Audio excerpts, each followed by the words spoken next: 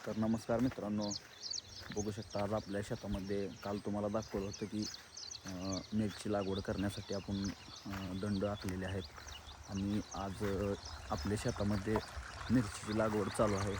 बघू शकता या ठिकाणी अशा प्रकारे पाणी सोडलेलं आहे आणि ही अशी मिरचीच्या रोपांची लागवड केलेली आहे.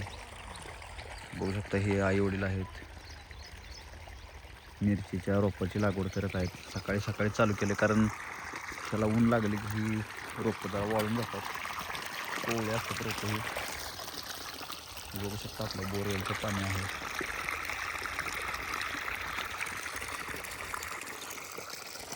कशा प्रकारे लागवड केलेली आहे बघा. तर 1-1 फुटाचं अंतर सोडून हे रोप लावलेलं आहे.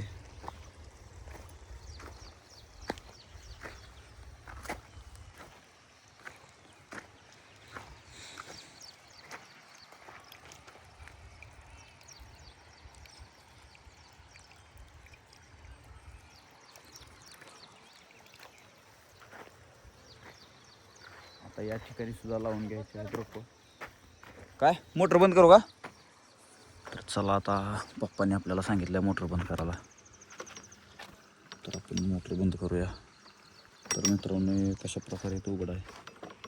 आपण एक काठी घेऊया, यासाठी घेतलेली एक काठी. आपण मोटर बंद करूया.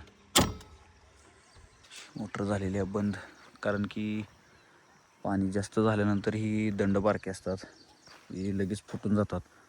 त्याच्यामुळे ही मोटर बंद करायला सांगितलेली आहे.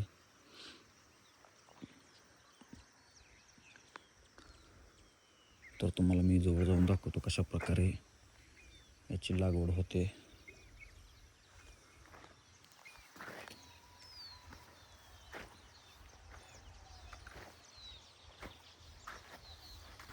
पुन्हा पाणी देताना दंड फुटत नाही ती बारकी एवढी झालेली. हा नाही, ही असं पाणी सोडताना पुन्हा झाल्यावर लावल्यावर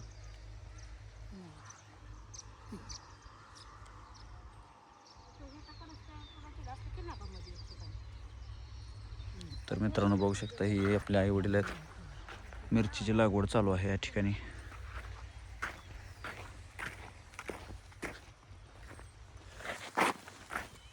अशा प्रकारे 1-1 फुटाचं अंतर सोडून मिरचीची लागवड केलेली आहे.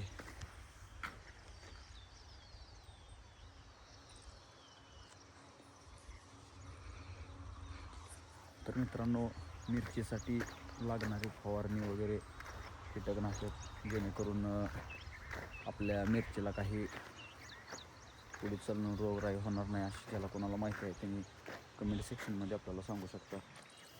आणि थोडीशी शेतीबद्दल सुद्धा ज्याला माहिती आहे त्यांनी सांगू शकता. तर कसा वाटला ब्लॉग मित्रांनो आपल्या मिरची लागवडीचा, कमेंटमध्ये नक्की सांगून जावा.